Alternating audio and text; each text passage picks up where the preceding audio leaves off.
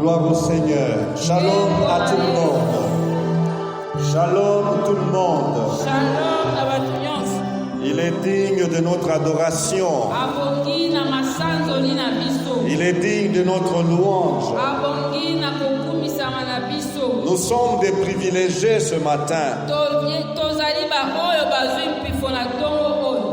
Le privilège de nous présenter devant lui ce matin. C'est une grâce pour vous et moi. Que son nom soit béni. Que son nom soit élevé. Et nous voulons l'acclamer très fort.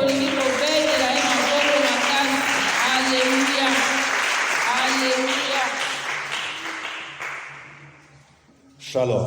Shalom. Voilà, les dimanches passés, nous nous sommes retrouvés à Jérusalem avec Jésus. Nous sommes entrés à Jérusalem. Et là, c'était l'entrée triomphale. Alléluia. Amen. Voilà le début de la dernière semaine de Jésus. C'était le dimanche passé. Il est entré avec une ambiance hystérique. Tout le monde était dans la joie.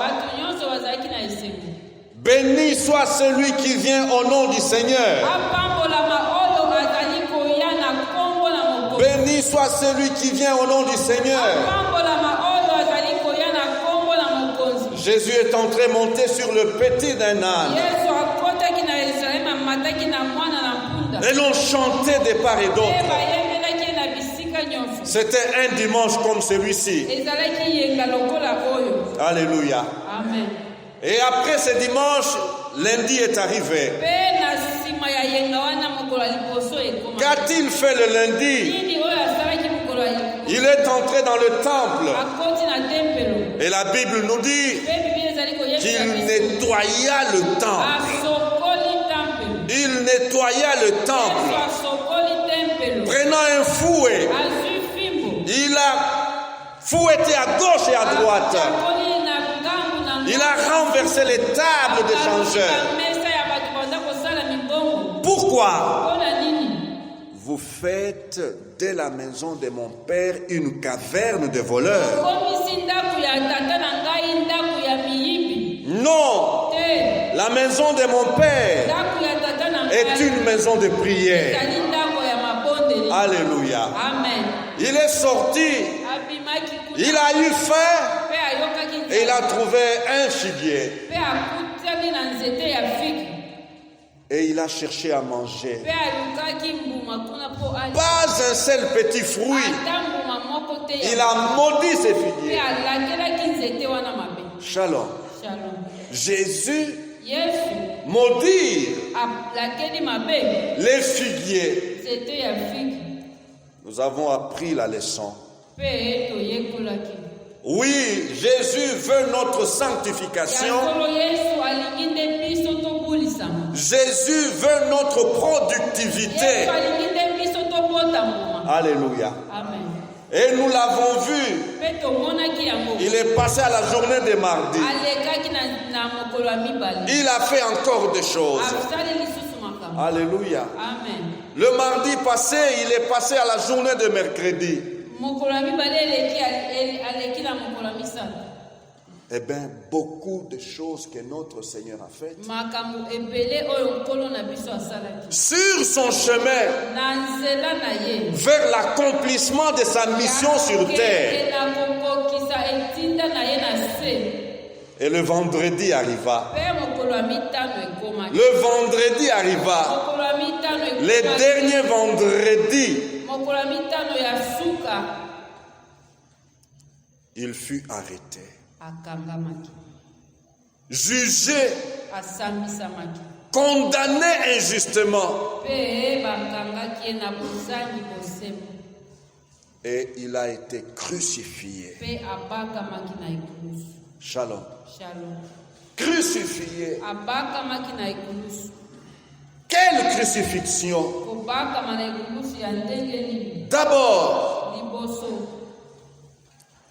on l'a fait porter une couronne d'épines. Une couronne d'épines. Et ses mains ont été percées. Ses pieds ont été percés. Et son côté a été percé par une lance. Le sang et l'eau ont jailli. Jésus est là, suspendu sur la croix. Suspendu sur la croix. Entre deux malfaiteurs. Ce que Esaïe a vu il y a 700 ans.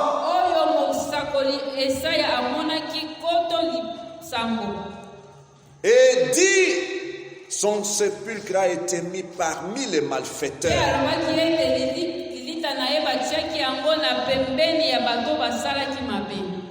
Jésus, on l'a fait boire du vinaigre. Et quand il a goûté cela,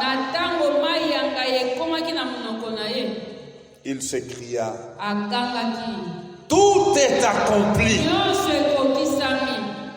Et il rendit l'âme. Shalom. Voilà le vendredi. Après avoir rendu l'âme, comme c'était la veille du sabbat, la Bible nous dit que Joseph d'Arimathée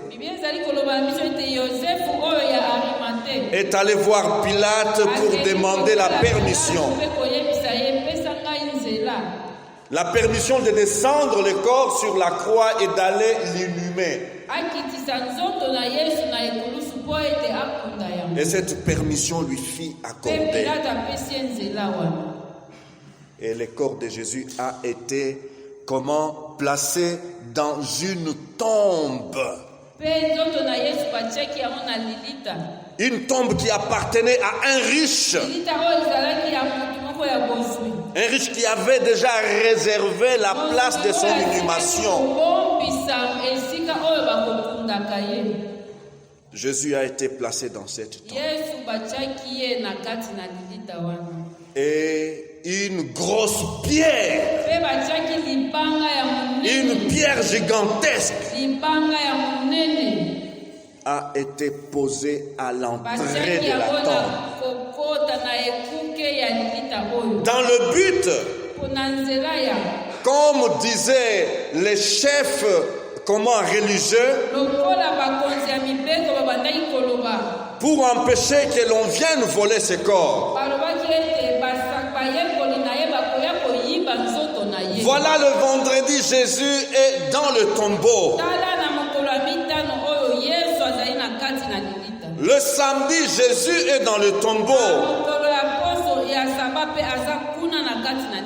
Et le dimanche, le premier jour de la semaine,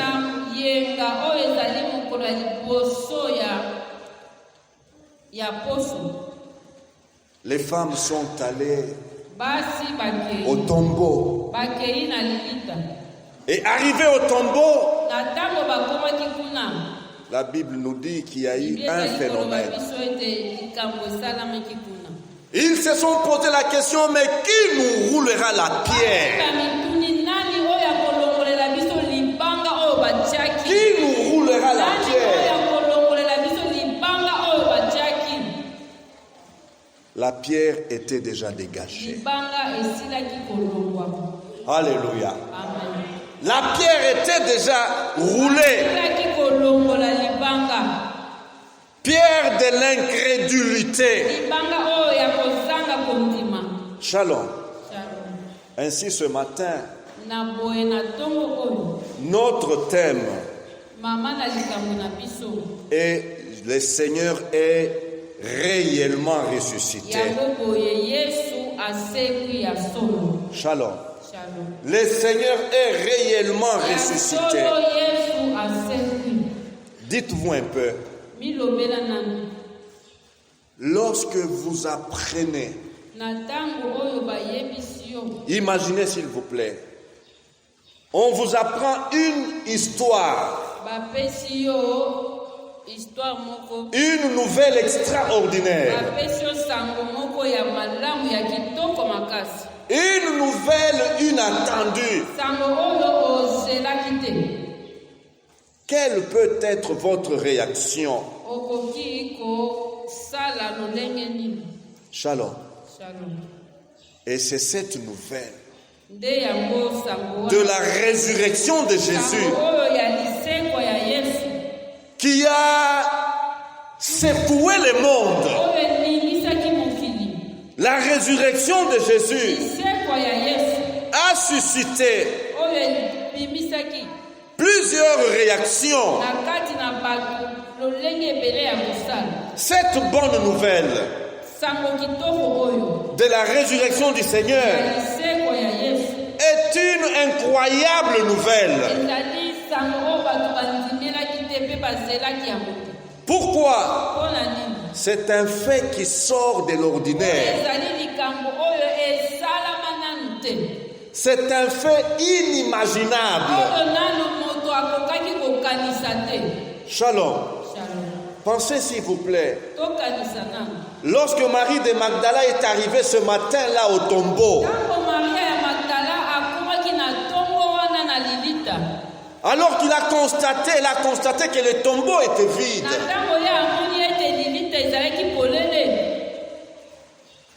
Quelle était son attitude? L'ange lui a posé la question: femme, pourquoi pleures-tu? Et écoutez la réponse de Marie. Parce qu'ils ont enlevé mon Seigneur. Ils ont enlevé mon Seigneur. Et je ne sais où ils l'ont mis. La résurrection de Jésus a perturbé les gens. Cette nouvelle n'était pas admise correctement. Cette nouvelle a semé le doute. Il y avait de doutes parmi le monde, même parmi ses disciples. Malheureusement, jusqu'à ce jour, il y a des gens qui persistent dans l'incrédulité. Incrédulité au sujet de la résurrection de Jésus. Ces gens sont autour de nous. Et ces gens sont à travers le monde entier. Les gens qui doutent, qui renient la résurrection de Christ. Notre devoir, c'est d'annoncer cette bonne nouvelle. Je prie que mon ami, mon frère, ma soeur, que tu puisses saisir cette bonne nouvelle. Parce que c'est cette bonne nouvelle qui est le fondement de notre foi. C'est cette bonne nouvelle qui est l'absolu de notre foi. Shalom. Le Seigneur est réellement ressuscité. Le Seigneur est réellement ressuscité. Vous savez ce qui s'est passé? Après sa résurrection, les femmes sont allées dire aux disciples. Shalom. Alors toute la cité de Jérusalem est en train de parler à propos. Et voilà deux disciples de Jésus, appelés disciples de Maüs, sont sur le chemin et ils sont en train de dialoguer. Ils discutent. Étonnés qu'ils étaient. Ah, il est ressuscité. D'après les dires de ces femmes. Et pendant qu'ils discutaient en chemin, Jésus vient auprès d'eux. Et il commence à faire le chemin avec eux. Et il continue à parler. Et Jésus s'intéresse à leur discours. Et ils vont lui dire, tu es le seul. Tu es le seul qui ne sait pas ce qui se passe à Jérusalem. Et Jésus s'intéresse. Voilà. Les femmes sont descendues au tombeau. Arrivés là, ils ont trouvé les tombeaux vides. Et on leur a dit qu'allait dire à ses disciples à Galilée qu'il est ressuscité. Il est ressuscité. Et qu'il le verra à Galilée. Donc vous êtes les seuls qui ignoraient ces choses. Shalom. Et là Jésus les interrompt. Est-ce que vous n'avez pas appris depuis les prophètes jusqu'à Jean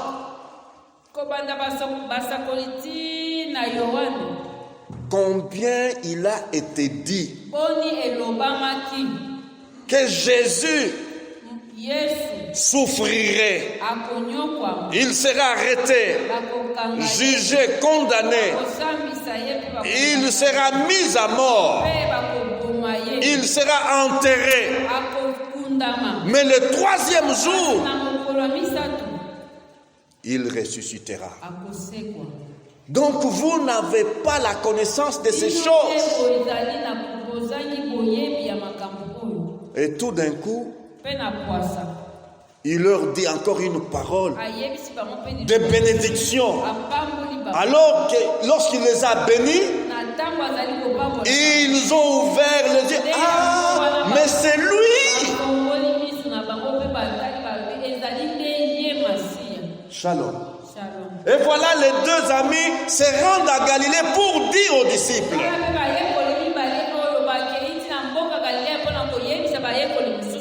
Lorsqu'ils vont arriver chez les disciples, chez les 11 donc, Jésus s'était déjà fait voir. Et les deux commencent à raconter aux 11. Et les 11 vont leur dire, le Seigneur est réellement ressuscité. Alléluia. Il est réellement ressuscité. Bien-aimés en Christ, dans cette déclaration des disciples, il y a les mots réellement qui retiennent mon attention. Réellement nous indique la manière dont la chose se présente. De quelle manière la résurrection de Jésus doit être vue? De quelle manière la résurrection de Jésus doit être considérée? La résurrection de Jésus est un fait authentique. Alléluia. Voilà ce que réellement veut dire. Réellement veut dire encore. La résurrection de Jésus est un fait qui est véridique.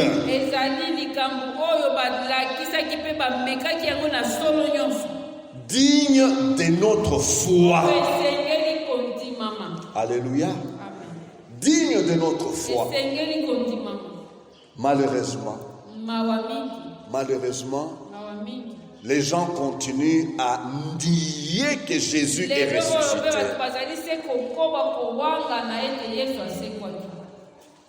Beaucoup et beaucoup de religions se sont créées. Beaucoup de philosophies et de sagesse pour s'opposer à la résurrection de Jésus.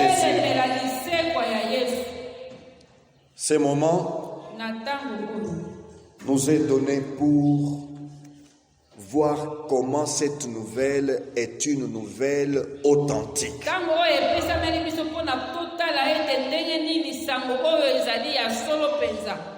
Je veux nous dire d'où vient le doute.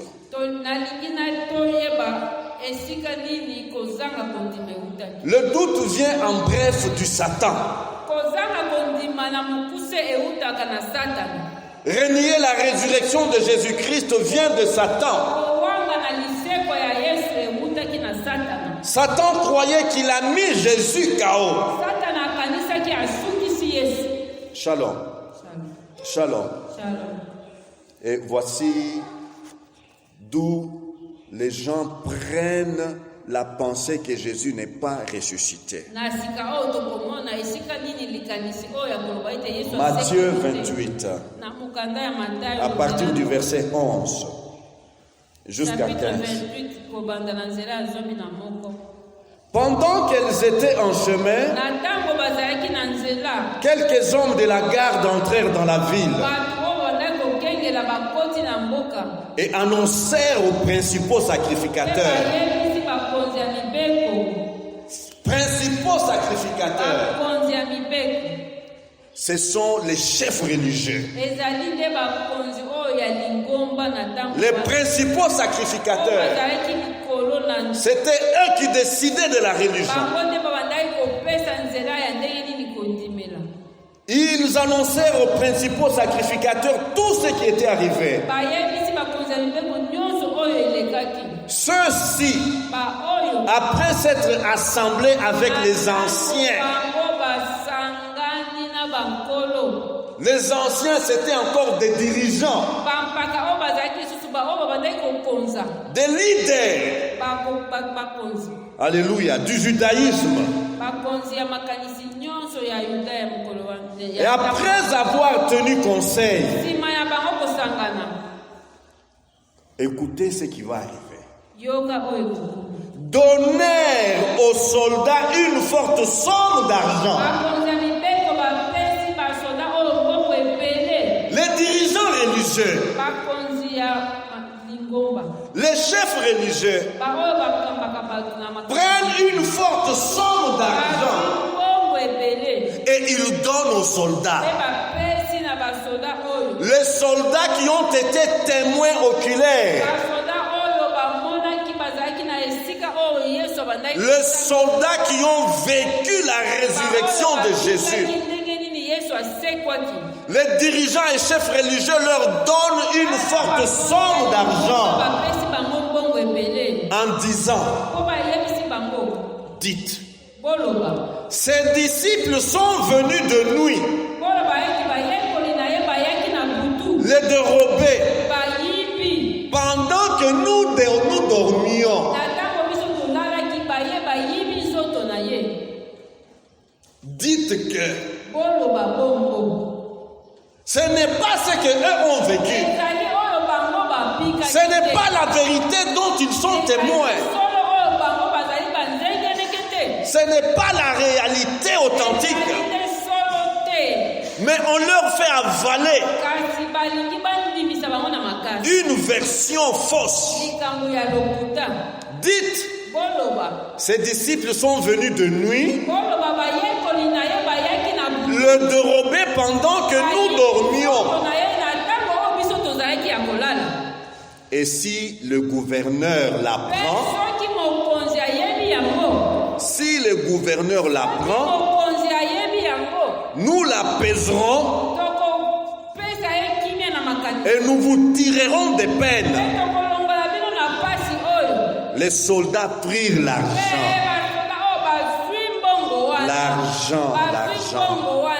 Les soldats prirent l'argent et suivirent les instructions qui leur furent données. Et ces bruits s'est répandu parmi les Juifs jusqu'à ce jour. Et ces bruits, quel bruit! Ses disciples sont venus de nuit pendant que nous dormions et ont dérobé son corps.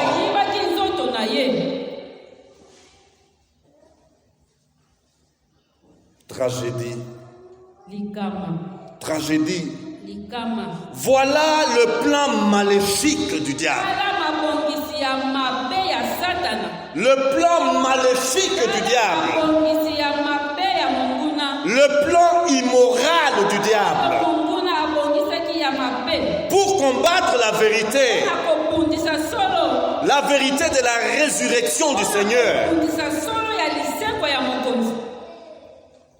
Les cœurs de l'homme. Nous avons ici, frères et sœurs, le mal qui ruine la race humaine. Le mensonge. La Bible dit, vous avez pour père le diable. Il est menteur et père du mensonge. Il est meurtrier. C'est lui qui a fait tuer Jésus. C'est lui le diable. Et c'est encore lui qui fait monter ses plans. Le plan du mensonge. Dissimuler, cacher l'évidence de la résurrection. Shalom. C'est Satan qui ne veut pas que les gens croient dans le Seigneur ressuscité. C'est terrible. Prendre le temps de préparer secrètement les gens. Les préparer secrètement en vue d'accomplir une mauvaise action. C'est une chose grave. Shalom. Shalom. Prendre le temps et concevoir un plan. Monter toute une stratégie pour amener les gens à quitter le droit chemin, à dire le fausseté, à donner un faux témoignage. Je vous informe que la justice, rien que la justice humaine, condamne sévèrement cette façon de faire. Alléluia. Alléluia. Mais voilà ce que les dirigeants et chefs religieux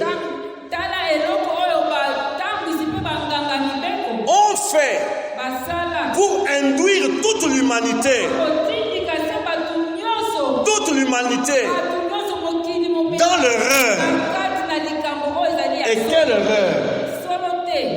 Le Seigneur n'est pas ressuscité.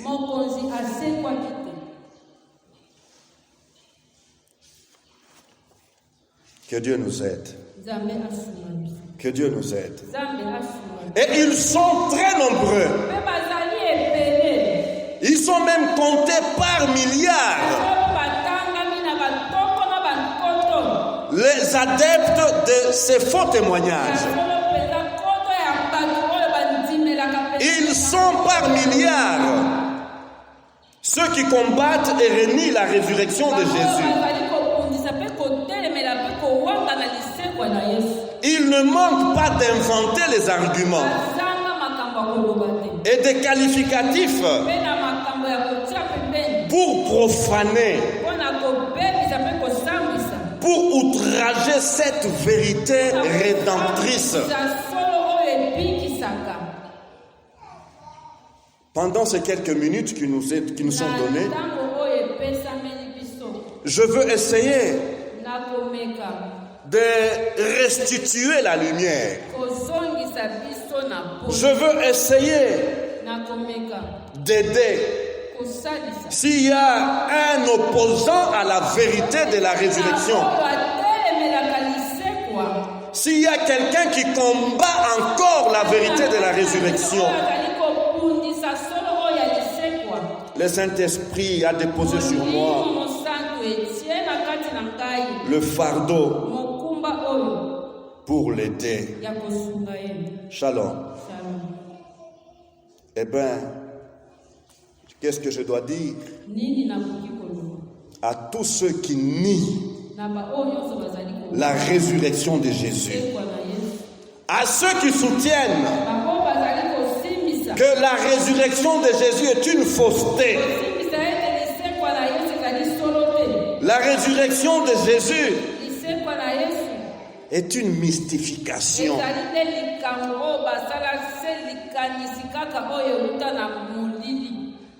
Écoutez ce qui est grave. Ces personnes qui s'opposent à la résurrection de Jésus, non seulement elles ont gardé leur opinion pour elles,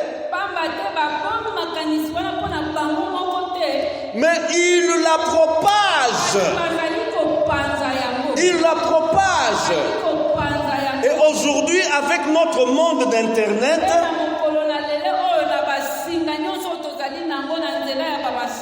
les réseaux sont remplis. Les Facebook et consorts,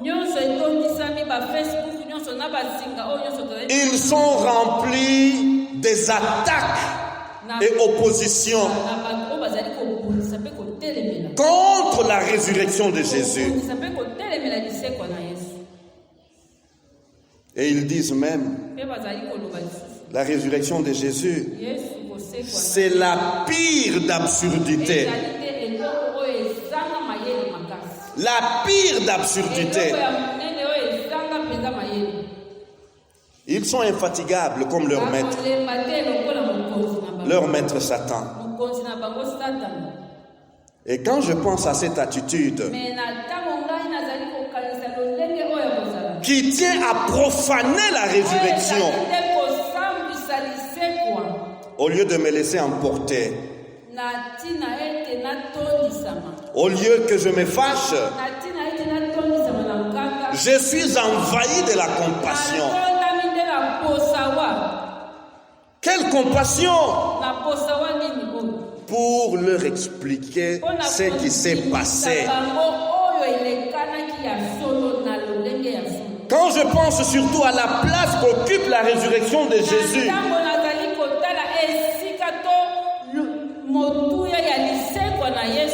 dans le plan de Dieu pour le salut de la race humaine, ma peine devient très grande. Toutefois, je ne perds pas espoir pour tous ceux qui combattent la résurrection. Pourquoi je ne perds pas espoir? Parce que la repentance reste valable pour eux. Alléluia. La repentance est disponible pour eux. Et la grâce de Dieu est disponible pour eux encore. Alléluia. Avant que ces gens ne commencent à contredire la résurrection, beaucoup de soi-disant intelligents avaient farouchement attaqué la résurrection. Ils ont attaqué cette vérité. Mais Dieu, dans sa miséricorde, a fait tomber le voile.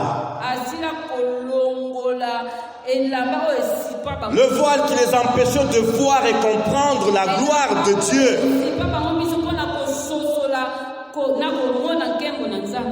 L'apôtre Paul peut nous édifier. Car le zèle que Paul avait pour combattre cette vérité, il était champion. Shalom. Saul de Tarse, il était parmi les champions qui combattaient la résurrection de Christ. Mais Dieu, dans sa miséricorde, l'a rencontré. Et le voile qui empêchait ses yeux de voir, ce voile fut tombé. Et le même Paul est devenu le premier défenseur.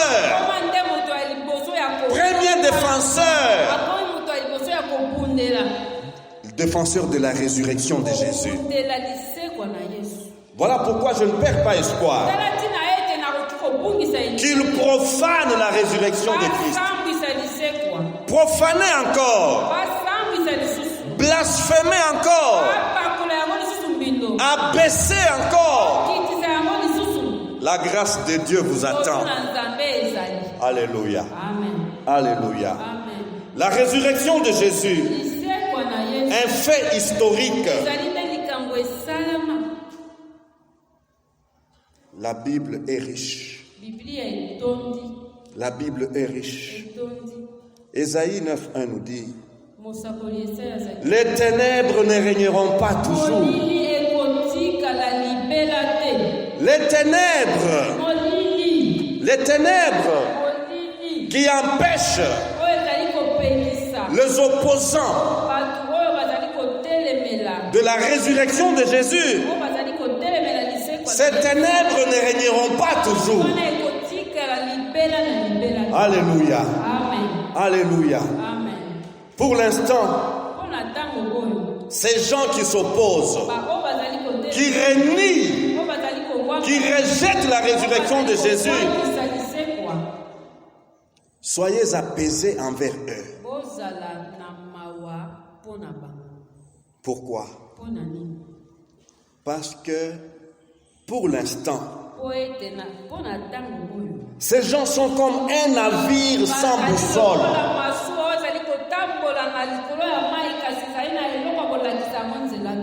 Navire sans boussole. Un navire qui ne sait pas situer où se trouve le nord,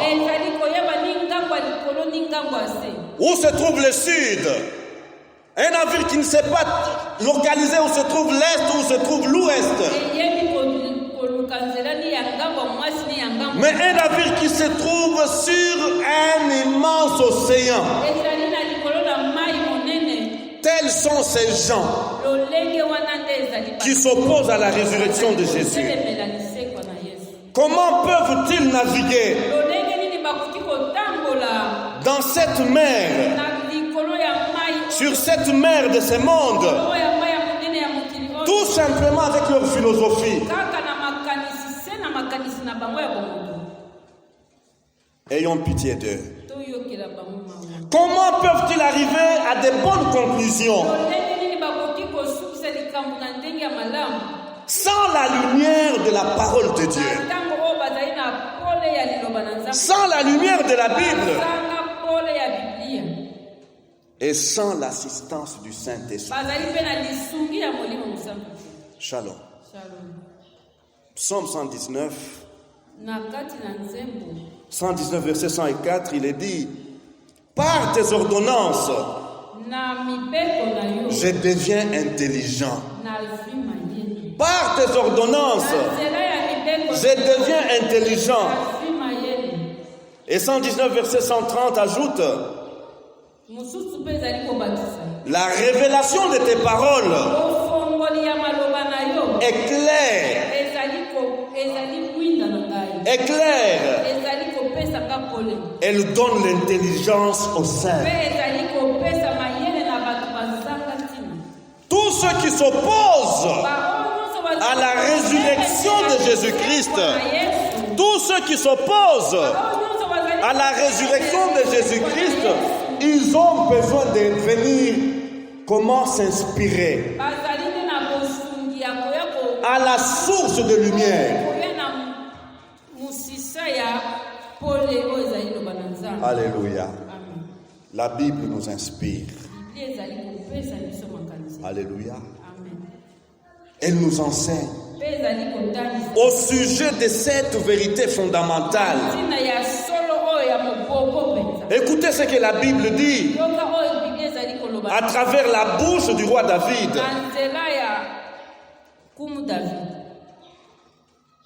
Car tu ne livreras pas mon âme au séjour des morts. Tu ne permettras pas que ton bien-aimé voie la corruption.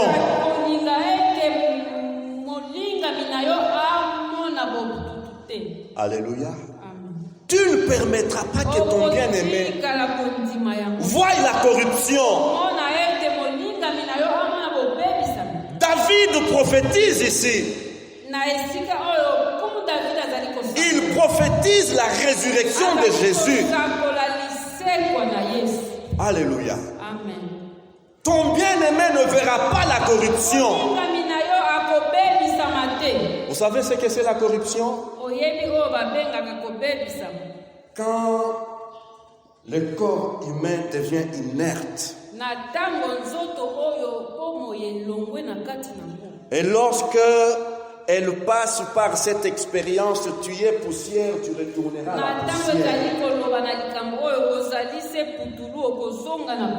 Comment est-ce que le corps retourne à la poussière? Par le processus de décomposition. La décomposition. La putréfaction. Shalom.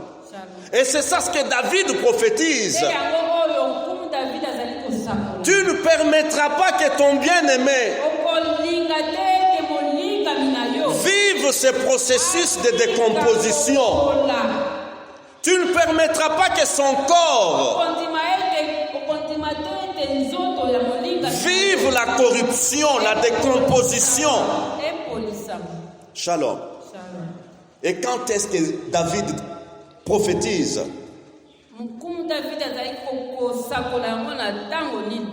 Plusieurs centaines d'années, des centaines d'années avant Jésus. Et dans son sermon historique, le jour de la Pentecôte,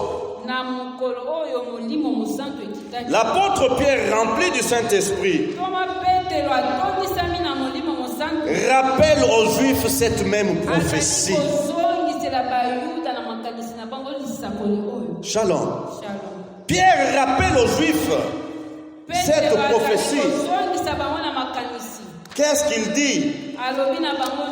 Nous lisons dans Acte 2. Il dit ceci. Hommes frères, qu'il me soit permis de vous dire librement au sujet du patriarche David qu'il est mort, qu'il a été enseveli et que son sépulcre existe encore aujourd'hui parmi nous. Comme il était prophète et qu'il savait que Dieu lui avait promis avec serment de faire asseoir un de ses descendants sur son trône. C'est la résurrection du Christ qu'il a prévu et annoncé en disant qu'il ne serait pas abandonné dans le séjour des morts et que sa chair ne verrait pas la corruption. C'est Jésus que Dieu a ressuscité. Nous en sommes tous témoins. Alléluia. Alléluia. David a prophétisé la résurrection. Et Pierre restitue cette même prophétie.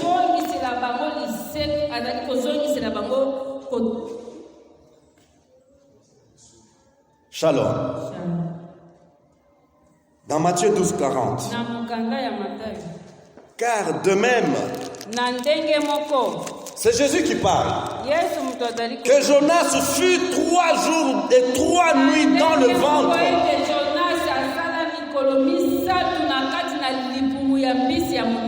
De même, le Fils de l'homme sera 3 jours et 3 nuits dans le sein de la terre. Voilà Jésus qui parle. Il parle aux Juifs. Les Juifs lui ont demandé un miracle. Shalom. Quel miracle fais-tu pour qu'on croie que c'est toi le Messie? Il n'y avait pas plus grand miracle que celui de Jonas. Shalom. Et le miracle de Jonas pointait,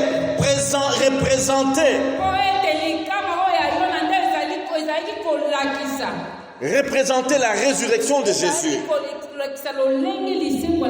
Et Jésus dit aux Juifs, de même que Jonas fit 3 jours et 3 nuits, de même le Fils de l'homme sera 3 jours et 3 nuits dans le sein de la terre. Juste 3 jours et 3 nuits. Pas 4 jours. Pas 5 jours. Pas 6 jours. 3 jours. Et le 3e jour, il est sorti. Il est sorti. Dieu ne peut mentir. Alléluia. Alléluia. Et Jésus parle. Dès lors, Jésus commença à faire connaître à ses disciples qu'il fallait qu'il allât à Jérusalem,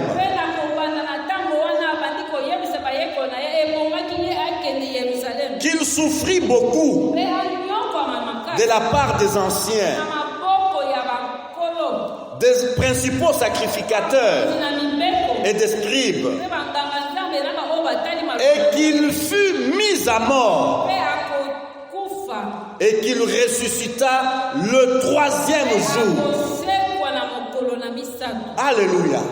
Il avait un programme. Il connaissait le programme. Et il était fidèle à son programme.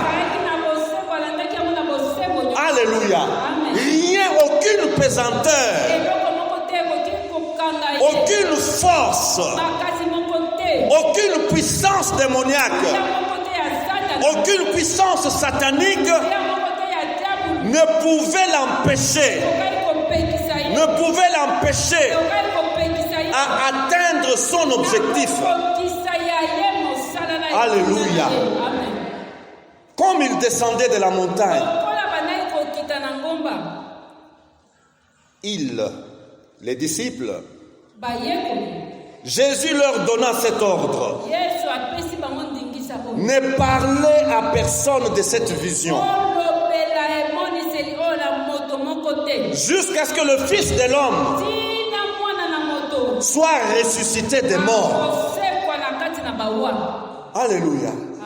Quand Comment ces gens qui ont les cerveaux, qui ont le bon sens, peuvent corrompre et dissimuler une telle vérité? Shalom.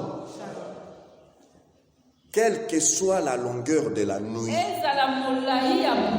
quelle que soit la longueur de la nuit, le jour finit toujours par se lever. Alléluia. La vérité, jamais la vérité ne peut demeurer cachée à toujours.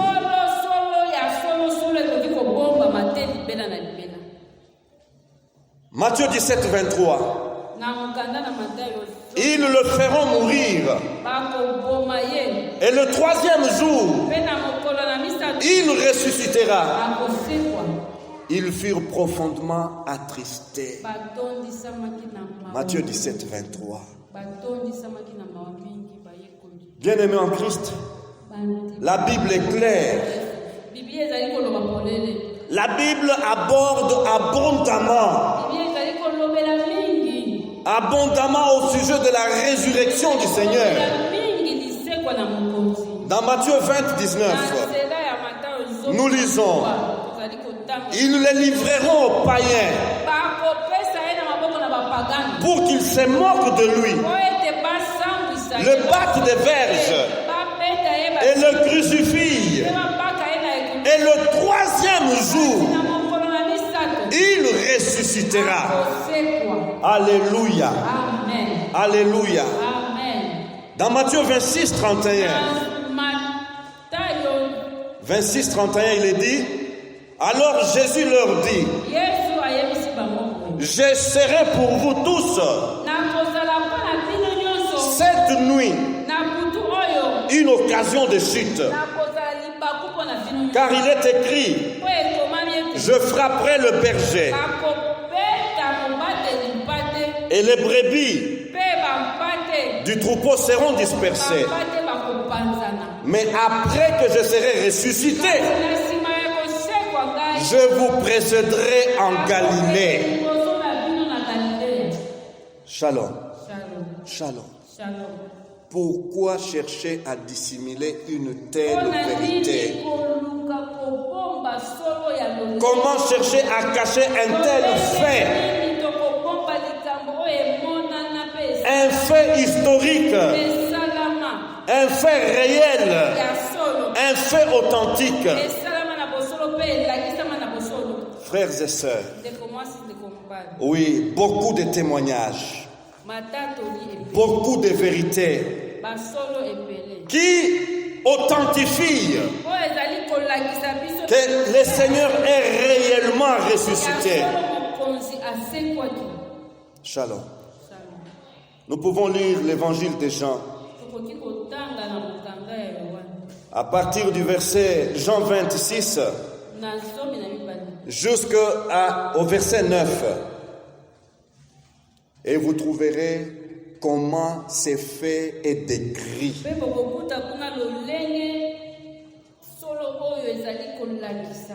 En guise de conclusion, que devons-nous retenir? La résurrection de Jésus n'est pas une imposture. La résurrection de Jésus n'est pas une comédie. La résurrection de Jésus, n'est pas une invention. Ce n'est pas une fiction. La résurrection de Jésus n'est pas une absurdité. La résurrection de Jésus est un fait authentique. La résurrection de Jésus est un fait historique. Elle est vraie. Elle est exacte. Elle est fondée. Alléluia. Et Paul pouvait dire, en tant que grand défenseur, et si Christ n'est pas ressuscité, notre prédication est vaine. Et votre foi aussi est vaine. Pensez donc, tout ce que nous faisons ici, vanité de vanité. Si Jésus ne t'est pas ressuscité, notre transpiration, vanité de vanité. Mais, que pouvons-nous dire? Comment expliquer des millions de vies changées, des millions de vies transformées, si Jésus n'était pas ressuscité? Comment les démoniaques sont délivrés? Si Jésus n'est pas ressuscité, comment les prostituées deviennent calmes et craignant Dieu? Si Jésus n'est pas ressuscité, comment est-ce qu'on prie pour les malades et ils guérissent?